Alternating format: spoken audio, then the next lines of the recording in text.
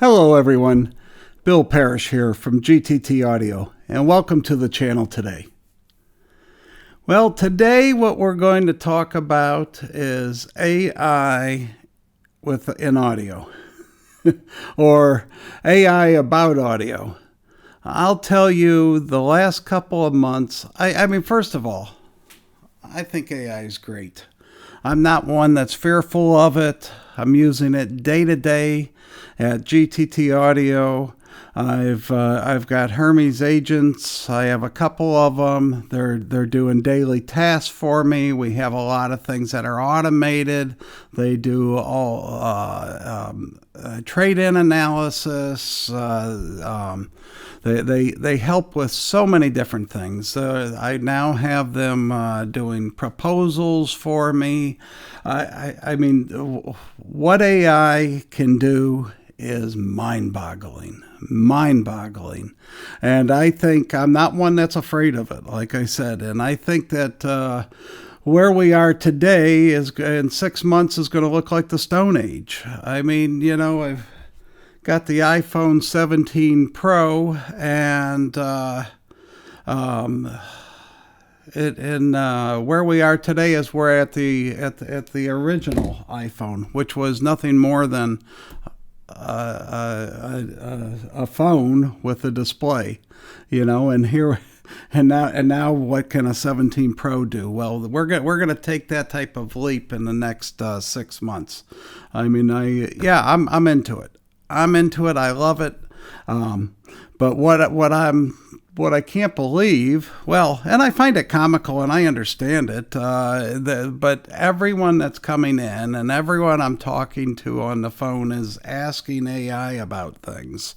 And they're probably just doing it in the chat box, which is the simplest form, which is really nothing more than a search engine, but done a little nicer and slicker. And yes, you are, depending on what model you're paying for.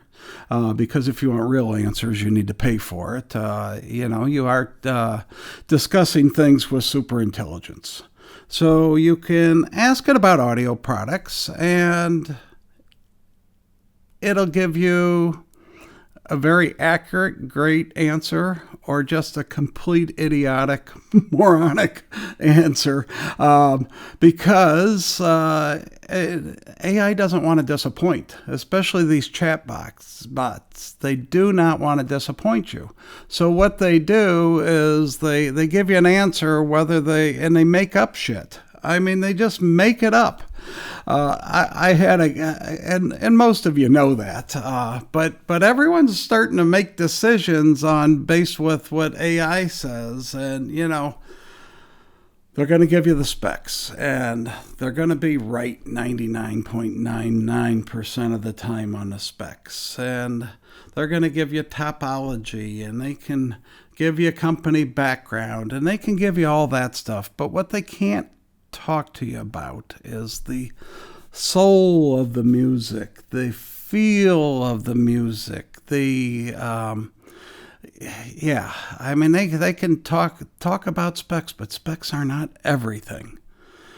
Some of the best components do measure the best, but not everything that measures the best sounds the best. We've heard this since the 90s and gone round and round, and I think that's common knowledge now. I would hope so. But you cannot let AI make all your decisions for you in audio and expect to have a great system.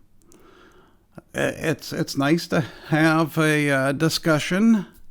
It's nice to have some, mental masturbation about it. It's all this is great, but you're not going to actually know what something sounds like until you listen to it.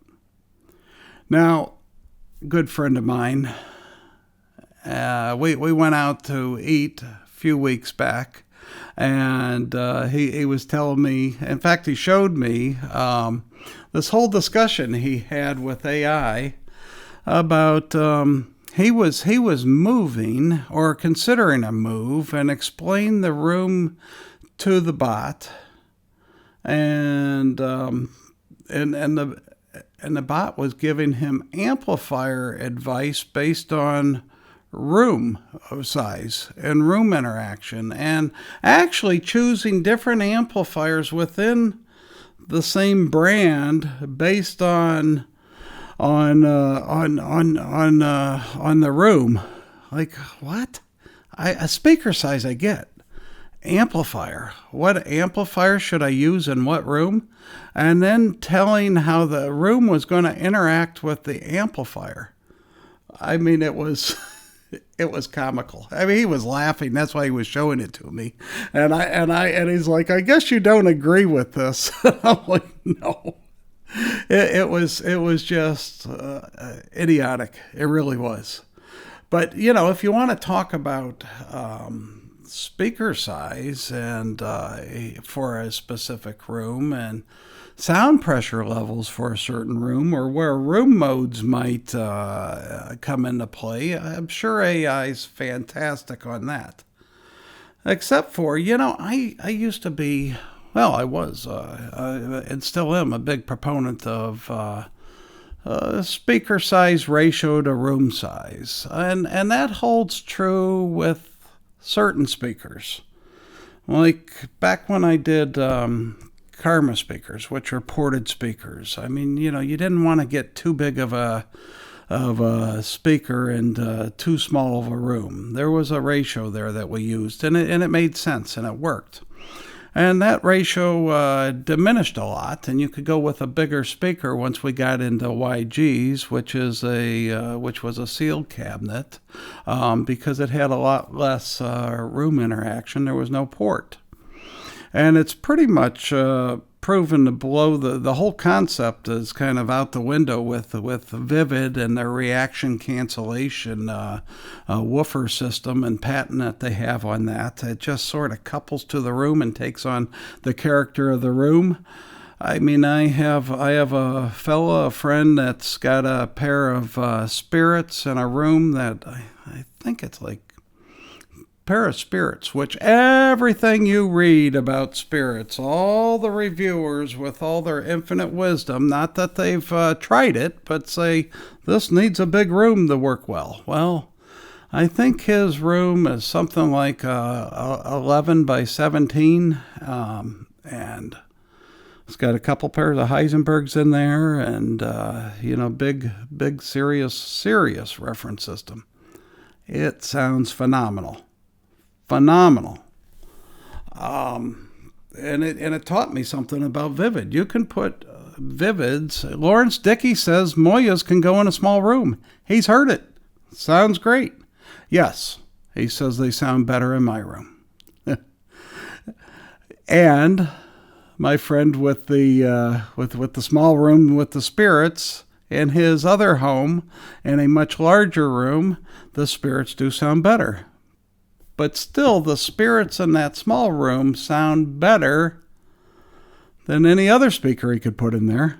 Unless, I guess, he went with the Moyas, but I don't think there'd be room to walk in between them, so we're not going there.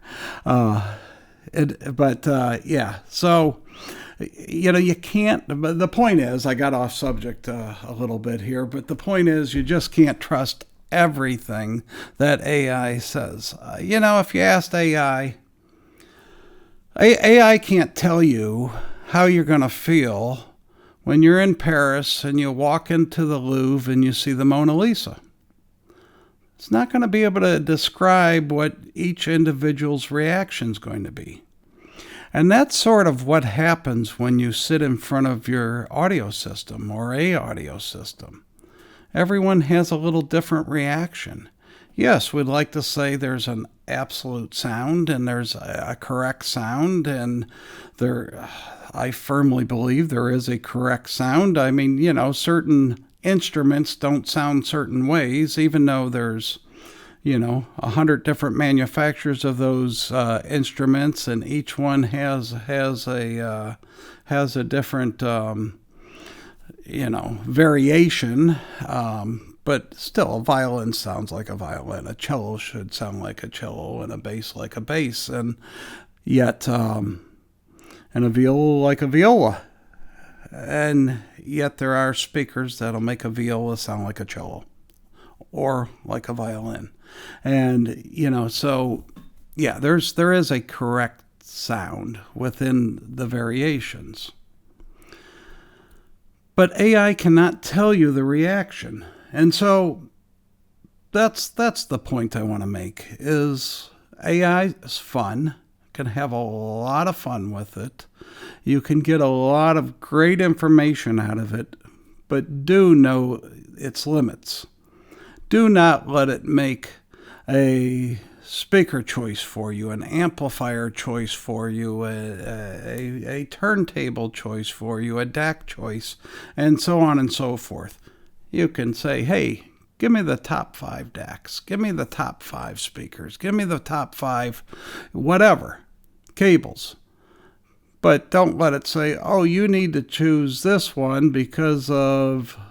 And I guess it's going to make that decision because of some spec it has figured out and given it some sort of weight on that spec versus anything else, and so then therefore that particular product is best. No, that's not how it works. We still need these two things connected to our head, and we need to make our own decisions. We need to go out and listen. We need to talk to guides. We need to talk to people we trust, and we can't rely on a machine to make some of these decisions that affect, that are really an art. Stereo reproduction is an art. Music is an art, and it touches the soul. It touches our emotions, and machines just cannot do that. All right, we will see you in a couple of weeks. Have fun. Stay safe.